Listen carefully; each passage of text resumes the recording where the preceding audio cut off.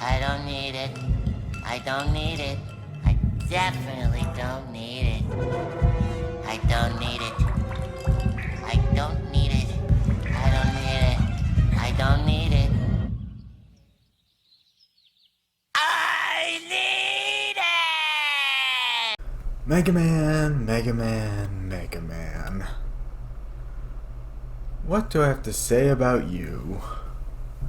You've been going on all the way back on the NES and have quickly become one of my favorite platformers.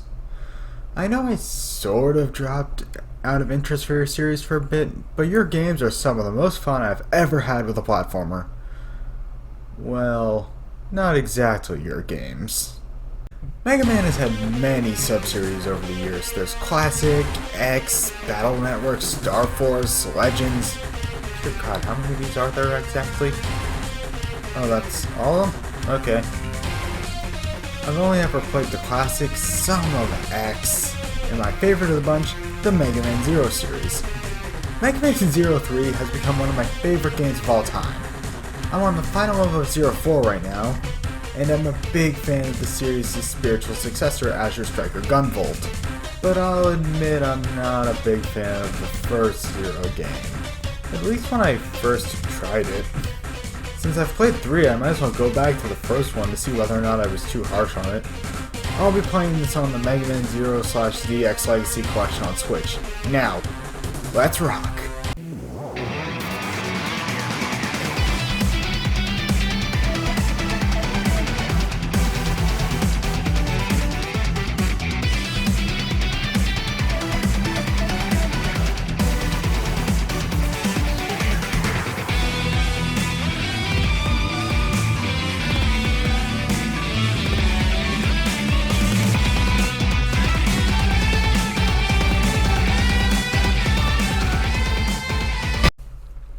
So, let's start with the premise. 100 years after the events of the Mega Man X series, you see a girl, some weird fairy creature, and some soldiers running from a bunch of X-like robots before most of the soldiers get wiped out by massive enemy golems. Wait, does that sound like the Roblox death sound to anyone else? Give me a second. Nope, definitely Roblox. Anyways, the girl fairy and one of the soldiers come to a massive door, where on the other side they find a redesigned Zero. After the X-robots catch up to the trio, the fairy tells the girl to use its power, which allows them to awaken Zero, who is suffering from some memory loss. Convenient! With Zero's help, they blast their way towards the teleporter, where they are assaulted by a golem, with Zero's buster shots doing little damage. Until suddenly, the monitor in the room pops on with a mysterious voice who gives Zero his Z-Saber, which he uses to quickly dispatch the golem and escape with the girl. Afterwards, the girl introduces herself as Seal, I think that's how you say it, who explains that they are the Resistance. You see, X, from Mega Man X, has gone a little crazy and is killing any Reploid remotely suspected of being Maverick. Oh, I'm sorry, I mean retire. Can't use the word kill or die at a kid's game. Anyway, Zero agrees to help, and we're off to the races. Graphically, this game looks great. You can argue the default filter of the Legacy Collection makes it look a little blurry, but that really isn't an issue for me outside of maybe Zero himself. The locations are highly varied and are all interesting to look at, well, except for the desert, but that's because, well, it's a desert.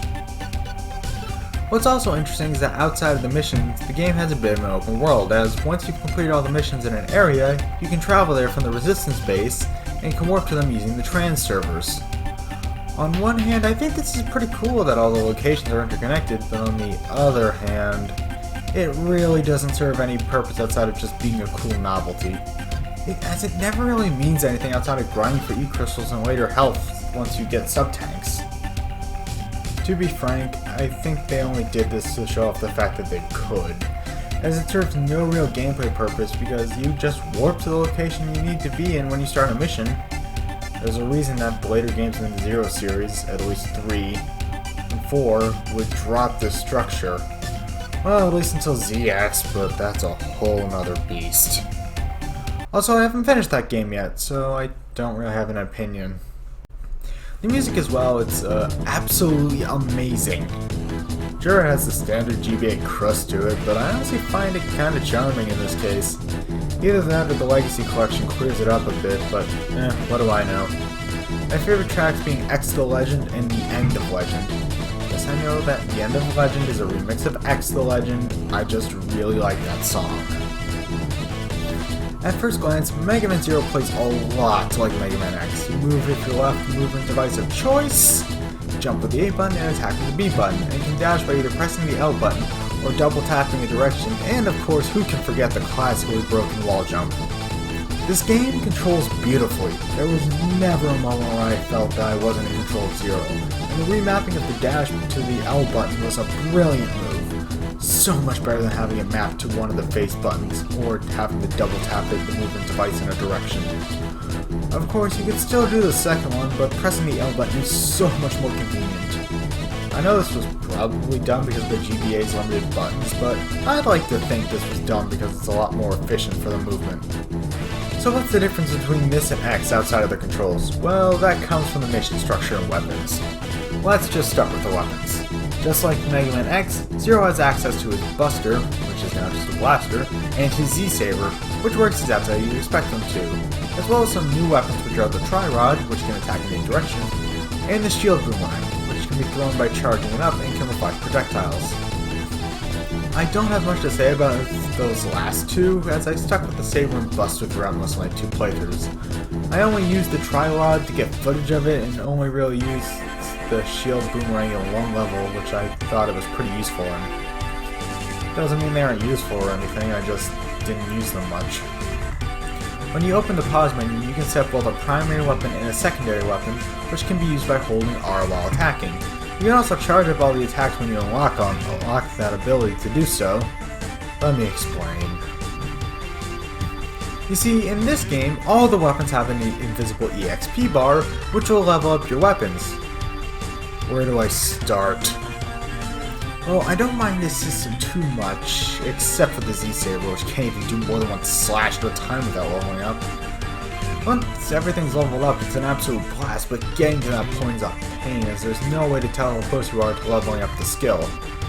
So it's almost random when it happens, or at least it seems that way. I understand it likely comes from the plot reason that Zero doesn't remember much, but still annoying nonetheless. Instead of boss weapons, depending on the level, you will receive either a chip or a cyber elf. The chips allow you to add elemental properties to your charged attacks, which can be used to hit bosses for their weaknesses. Yeah, there's no special weapons in this game, which is pretty weird considering that's part of what this series is known for. But I like the chip system since I vastly prefer the Saber to most of the special weapons in the series anyways. Now, onto cyber elves, which are given as a reward for completing missions or can be found throughout the levels or by defeating enemies, and can be equipped at train servers. They're essentially your items. What do? Pretty much whatever the game says so. They heal you, give you sub-tanks, ascend your health, let you climb walls, slow your descent on a wall, save you from pits, reduce a boss's health. The only thing they don't do is make you a sandwich. So you're probably wondering why I don't have footage of most of these in action. Well, that's because I didn't really use them for the most part, as they decrease your rank, well that and my general aversion to using limited resources. Blame games like Persona for that. You can equip and upgrade them at train servers, which is extremely confusing to me because why can't I just use these whenever I want? Why do I need to equip them before use?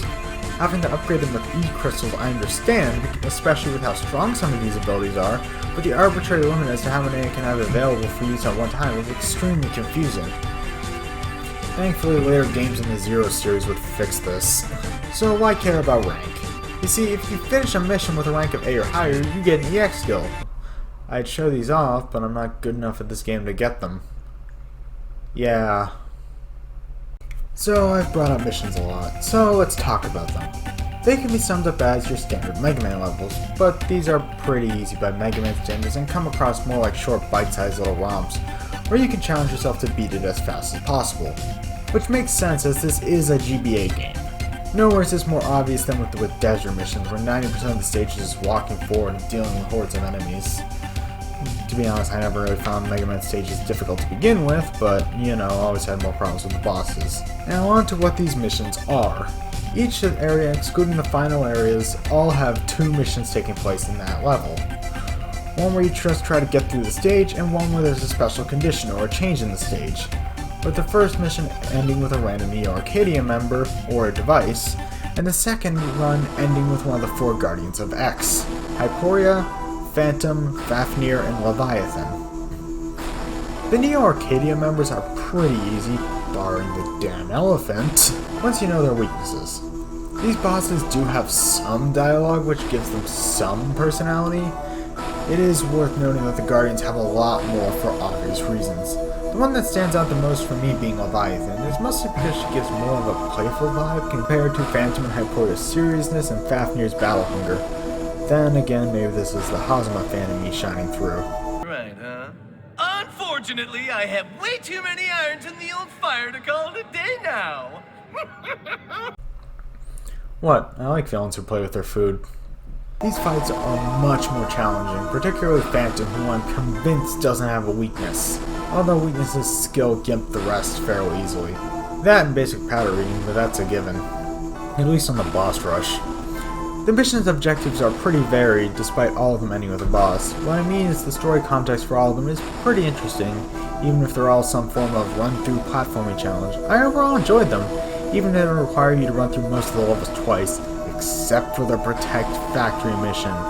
That one can fuck right off. Let me explain.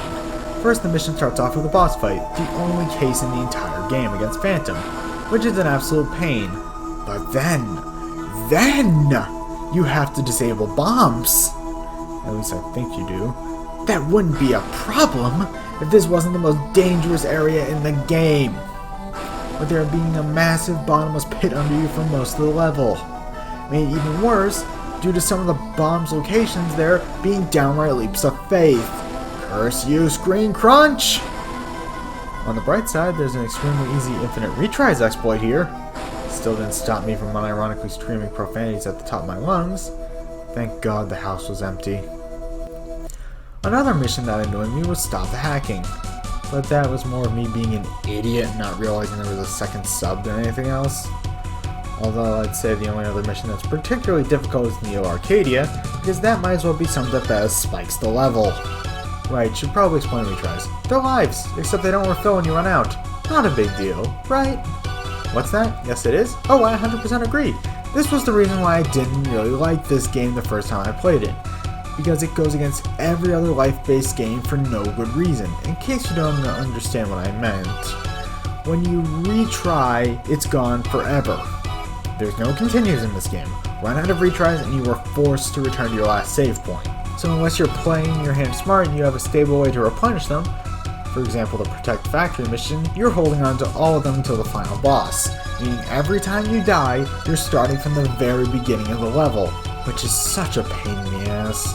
Although once again the levels are pretty short outside of Neo Arcadia Shrine and Neo Arcadia Core, both of these having multiple boss fights. Shrine in particular stands out as possibly the longest level in the game, and includes those oh so lovely vanishing blocks, although they aren't really that bad in this game. Oh right, make sure you don't press give up or use the escape mission, or else that mission is gone forever. And if you fail enough of them without reloading, the final section of the game kicks in, and you lose access to a ton of Cyber Elves and chips. In all honesty, purposely failing missions must make this game an interesting speedrun, even if it's a bit silly. So, my overall thoughts after playing it completely though? I really liked it. Sure, there's a ton of weird quirks that confuse me to this very day. The retries in particular baffle me beyond belief, but the gameplay's fun, the story's enjoyable despite how basic it is, and the levels are short enough for it not to be a complete nightmare to have to constantly start over. All the quirks are something you just kinda get used to, and outside of those quirks, it's great. How much I enjoy this game was really hammered home when I did a second full playthrough recently on Twitch with some friends, and yeah, it was a great time. So, I can recommend this game. But once again, I will not deny that it has some really rough edges, and that it's probably one of the worst in the Zero series. So, just be warned. So, what to do next? Zero does have a spiritual successor. I'm definitely going to have to cover that at some point. See you guys next time.